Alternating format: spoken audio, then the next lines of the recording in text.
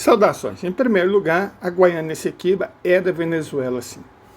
Se você olhar os mapas antigos, todos eles mostram a região como pertencente à Gran Colômbia, um país que surgiu após a independência do vice-reinado de Nova Granada. Observe esse mapa aqui.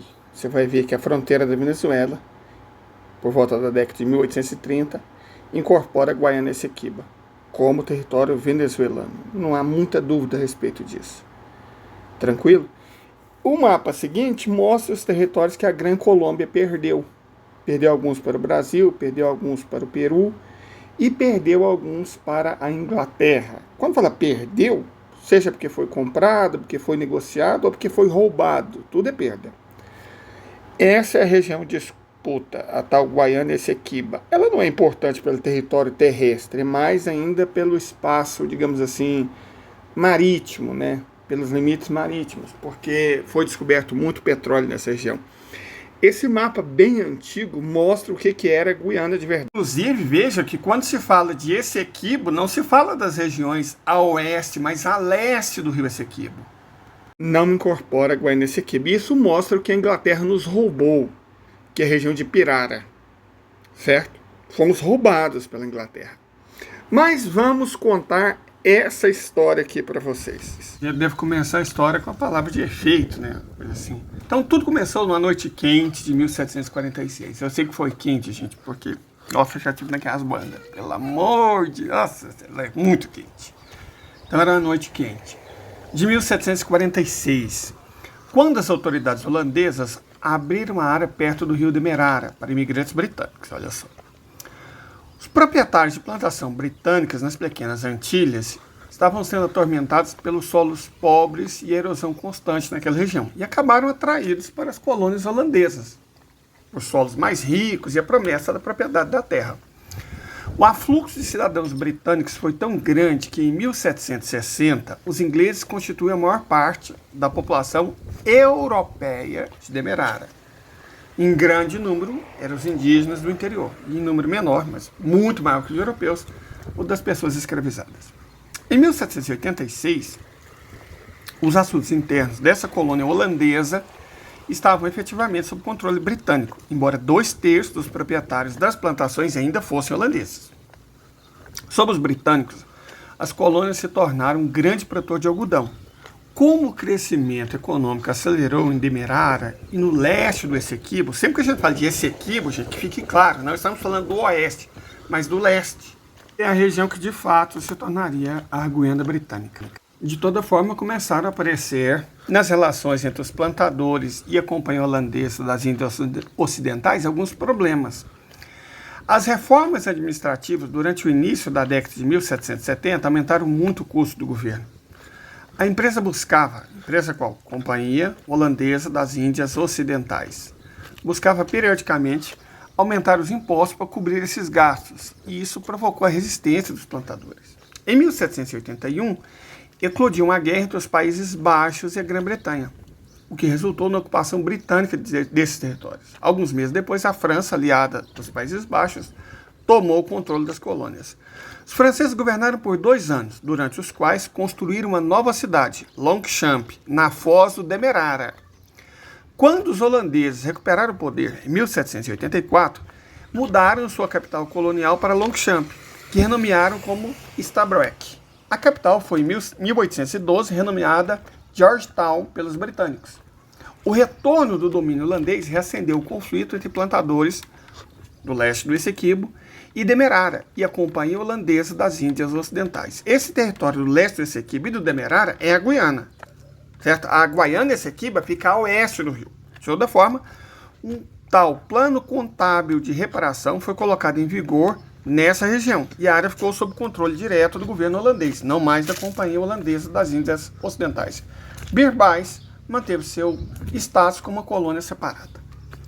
O catalisador para a tomada formal britânica dos territórios até então holandeses foi a Revolução Francesa, assim como na independência do Brasil, e na verdade de todas as colônias espanholas, e as subsequentes guerras napoleônicas. Em 1795, os franceses ocuparam os Países Baixos. Os britânicos declararam guerra à França. Em 1796, lançaram a Força Expedicionária de Barbados para ocupar as colônias holandesas.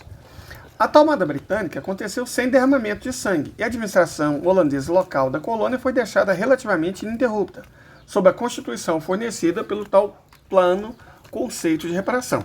Por meio do Tratado de Amiens, ambos os territórios foram devolvidos ao controle holandês, mas essa paz teve curta duração.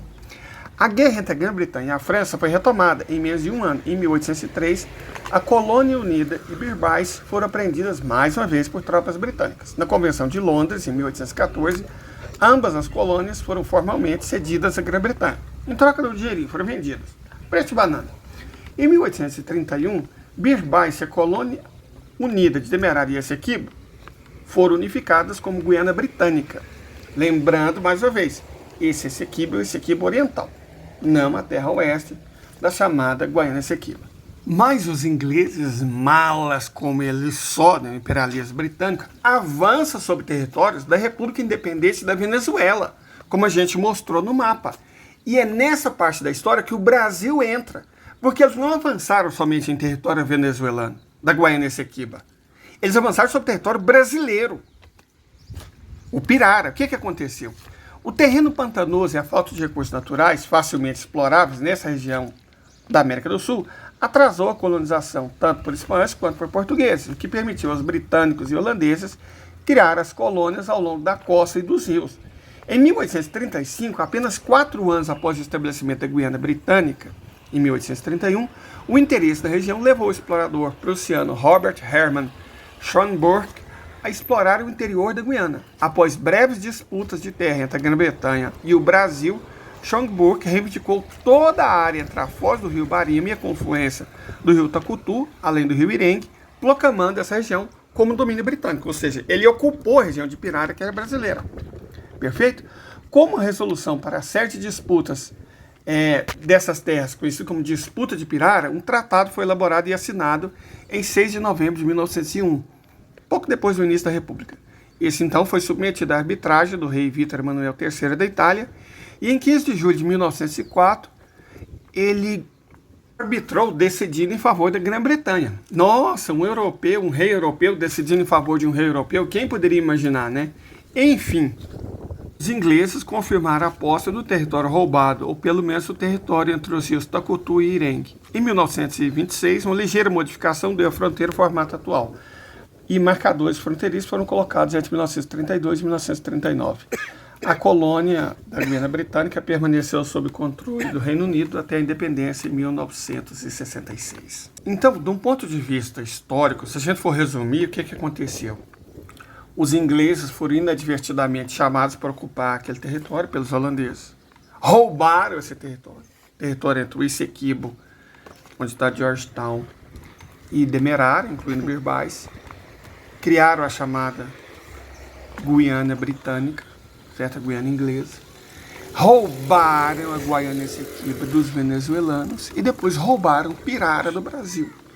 Foi roubo, nós estamos falando de roubo. Ah, mas aconteceu há 160 anos, 170. Que diferença faz? Deixa de ser roubo? Aliás, esse argumento, o Ocidente e os mocós que assistem hoje no estropício militar, não usam para dizer o óbvio. Se 160 anos é muito tempo, e 1900 anos é pouco? 1800 é pouco? Porque, segundo eles, os judeus têm direito à Palestina porque moraram lá até o ano 135. What?